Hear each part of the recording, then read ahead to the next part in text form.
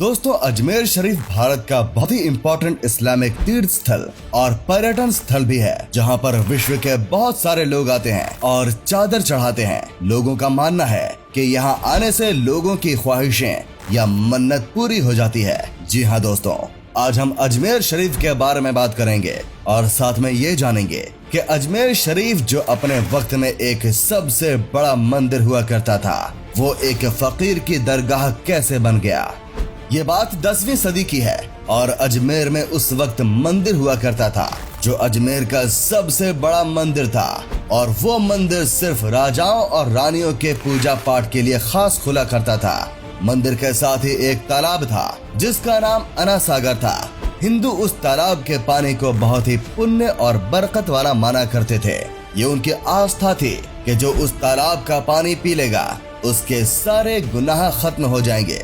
उस मंदिर में रात को बहुत ज्यादा तादाद में दिए जलाए जाते थे ताकि मंदिर के साथ साथ तालाब के आसपास भी रोशनी हो जाए, और उन सभी दियों को जलाने के लिए बहुत सारे तेल का इस्तेमाल किया जाता था। आसपास के गांव मंदिर के नाम थे और उन सभी गांव के लोगों की आमदनी उस मंदिर पर खर्च हुआ करती थी। मंदिर में हजारों नौकर थे जिनका काम आने वाले लोगों का स्वागत करना था, और वो ये भी बताया करते थे कि कौन सा देवता बेटी प्रदान करता है और कौन सा देवता सेहत और तंदुरुस्ती को बनाए रखता है, और किस मूर्ति की पूजा करने से दौलत मेहरबान होता है। फिर एक ख्वाजा गरीब नवाज रहमतुल्लाह अलैह उस मंदिर से अपनी तशरीफ लाए और अना सागर से कुछ फासलों पर चटाई बिछाकर अपने मुरीदों के साथ चटाई पर बैठ गए। असर का वक्त था, लिहाजा ख्वाजा साहब ने हजरत कुतुबुद्दीन अल्लाह ताला से अजान देने को कहा। कुफर व शिर्क से भरे अजमेर में अल्लाह की वैदानियत और हजरत सल्लल्लाहु अलैहि वसल्लम की रिसालत का ये पहला ऐलान था। वहाँ रहने वाले लोग इस्लाम से पूरी तरह परिचित नहीं थे।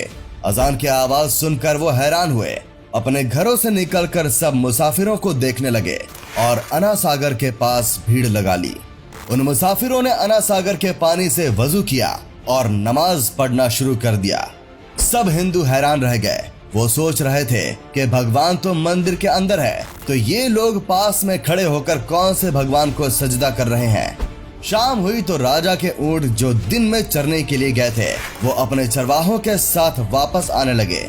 इत्तेफाक की बात थी, जहां हजरत ख्वाजा साहब बैठे हुए थे वो जगह राजा के ऊंट के बैठने की जगह थी। चरवाहों ने बाबा साहेब से कहा कि बाबा साहेब यहाँ से उठिए, क्योंकि ये जगह बादशाहों के लिए नहीं बल्कि ऊंटों को बैठने की जगह है। ख्वाजा साहब ने फरमाया, इतना मैदान खाली पड़ा है, ऊंट तो कहीं भी बैठ जाएंगे, क्यों बेवजह मुसाफिरों को तंग करते हो।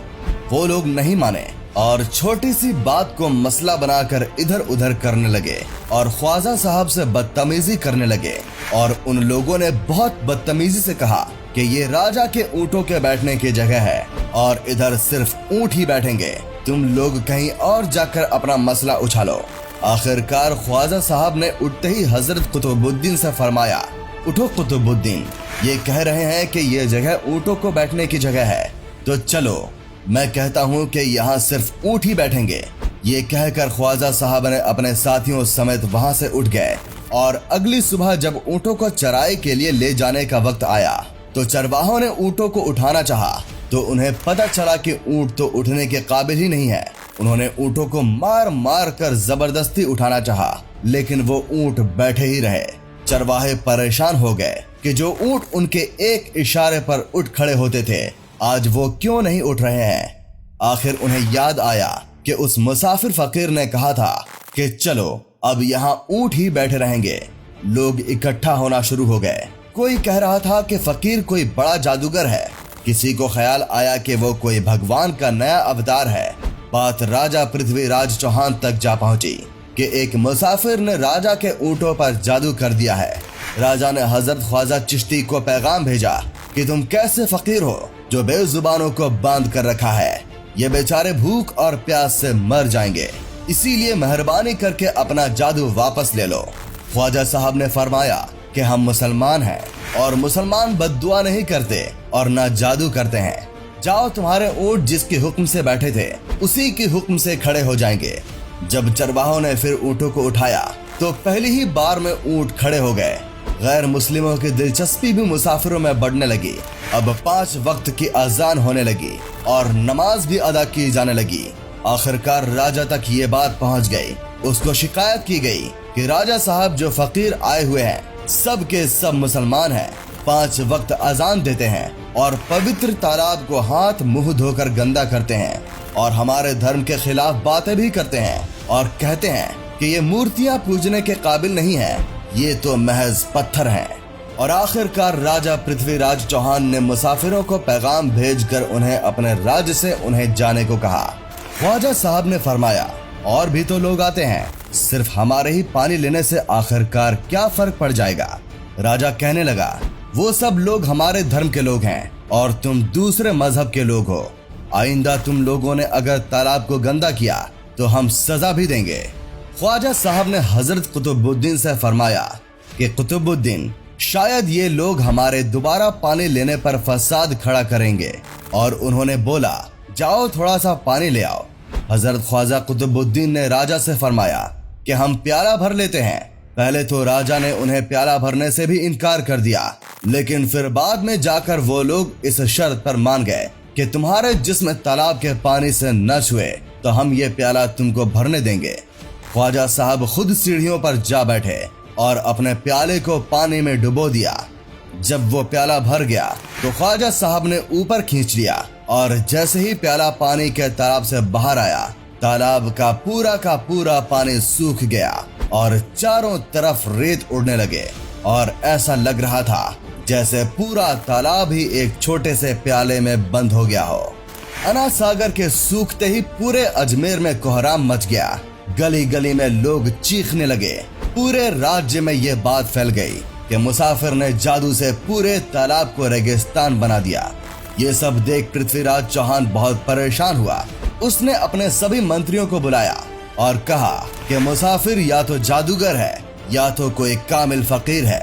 साथ ही उसकी परेशानी बढ़ गई कि अजमेर की रौनक तो अना सागर के दम पर थी, जिसकी वजह से लोग दूर दूर से अजमेर आते थे और अपना ईमान ताजा करके लौट जाते थे। आखिरकार कहा गया कि फकीर से बात की जाए कि आखिर वो फकीर चाहता क्या है। और एक दिन सब मर्द, औरत और बच्चे जाकर फकीर की मन्नत करने लगे कि लोगों को इस परेशानी से निजात दिलवाइए।